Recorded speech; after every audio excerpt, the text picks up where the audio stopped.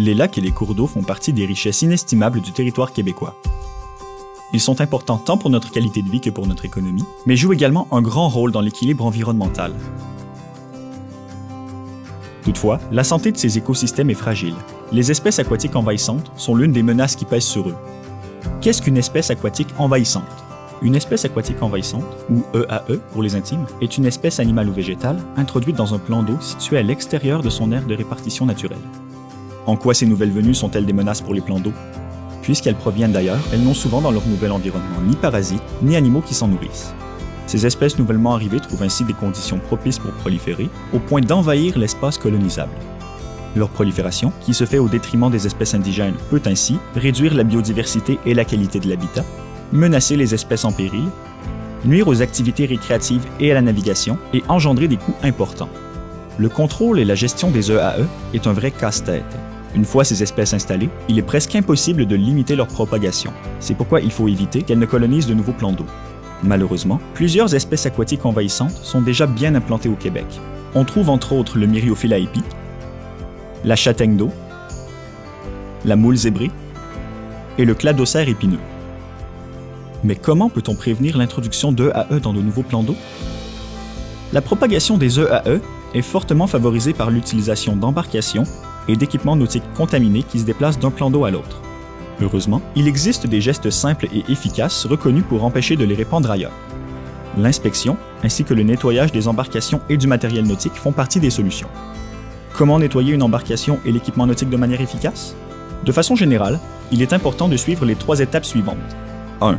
Inspecter l'embarcation, tout équipement et matériel, afin de retirer entièrement la boue, les plantes aquatiques et les débris visibles. Il importe de les jeter dans un endroit qui évitera de les réintroduire dans le milieu naturel. 2. Vider toute eau se trouvant dans l'embarcation, par exemple dans les espaces de rangement d'un kayak et dans les glacières. 3. Nettoyer l'embarcation ainsi que tout équipement ayant été en contact avec l'eau. Il est recommandé d'utiliser une laveuse à pression pour permettre de bien déloger les organismes. De manière plus spécifique, il faut s'attarder, selon le type d'embarcation ou le matériel, aux endroits plus susceptibles de loger les indésirables.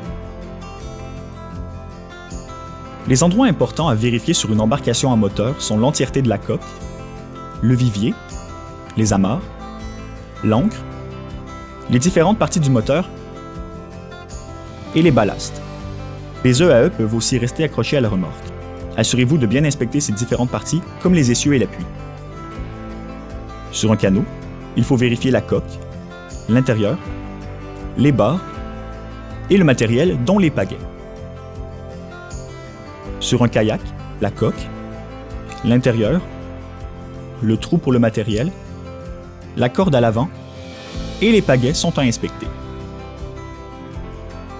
Les endroits à vérifier sur une planche à pagaies sont la corde à l'avant, la pagaie, la laisse, l'aileron et la planche en soie.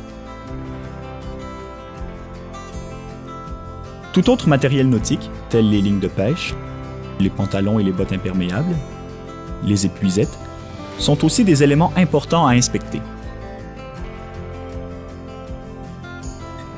Les stations de lavage du Québec, ainsi que plusieurs informations s'y rapportant, sont répertoriées sur le web. Pour y accéder, il suffit de vous rendre à l'adresse au bas de l'écran. Merci de participer à la protection des plans d'eau du Québec en freinant la propagation des espèces aquatiques envahissantes et en propageant plutôt les bonnes pratiques.